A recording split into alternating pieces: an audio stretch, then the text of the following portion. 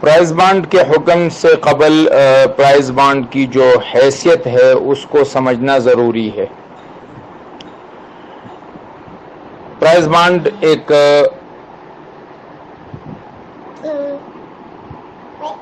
سند ہے میرے پاس کہ اتنی رقم حکومت نے مجھ سے لی ہے، اور میں جب بھی یہ سند حکومت کے سامنے پیش کروں گا، حکومت وہ پیسے مجھے لوٹانے کی پابند ہے۔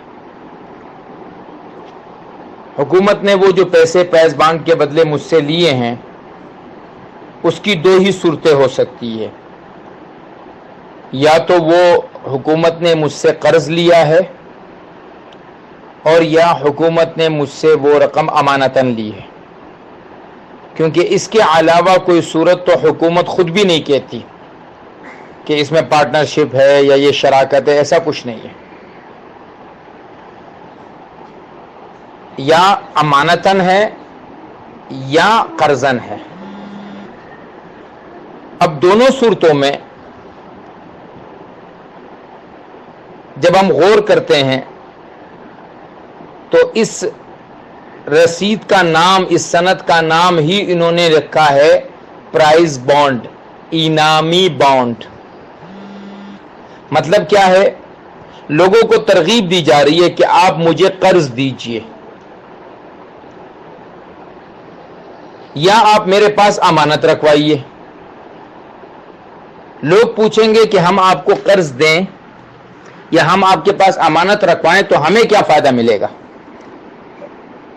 تو حکومت یہ کہتی ہے کہ ہم ہر مہینے آپ 1000 لوگوں میں سے 20 لوگوں کو بذریعہ قرآن اندازی اتنا انعام دیں گے، جو کہ اس اصلی رقم سے بہت ہی زیادہ ہوتا ہے۔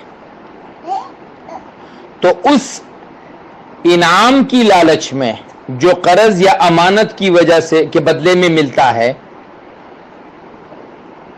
وہ انعام کی لالچ کی وجہ سے لوگ حکومت کو قرض یا امانت دینے پر رضامند ہوتے ہیں۔ اگر حکومت یوں ہی کہیں کہ بھائی آپ آئیے اور مجھے اپنا پیسہ قرض دے دیجئے، کوئی پوچھے کہ ہمیں کیا ملے گا؟ کچھ بھی نہیں ملے گا۔ پھر حکومت ہر مہینے 10 آدمیوں کے لیے اعلان کرے کہ انہوں نے چونکہ ہمیں قرض دیا تھا اور ہم سے کوئی شرائط طے نہیں ہوئی تھی، کوئی چیز طے نہیں ہوئی ہے، اس لیے ہم انہیں جو ہے اتنے پیسے دیتے ہیں، تو شاید اس کی گنجائش نکل آئے۔ لیکن یہاں تو جو بانڈ نکالا گیا ہے اس کا نام ہی رکھا گیا پرائز بانڈ، انعامی بانڈ، یعنی قرض دو یا امانت رکھواؤ، اور اس امید پہ رکھواؤ کہ تمہارا انعام نکلے گا۔ تو گویا کہ قرض کے بدلے میں لالچ ہے یا امانت کے بدلے میں لالچ دی جا رہی ہے۔ اور حدیث میں ہے کہ کل قرض جر نفعا فهو حرام، ہر قرض جس کے بدلے میں نفع آئے وہ حرام ہے۔ امانت پر زیادتی دینا یہ حرام ہے، لہذا پرائز بانڈ کا یہ پورا سلسلہ جو ہے یہ شرعاً جائز نہیں ہے۔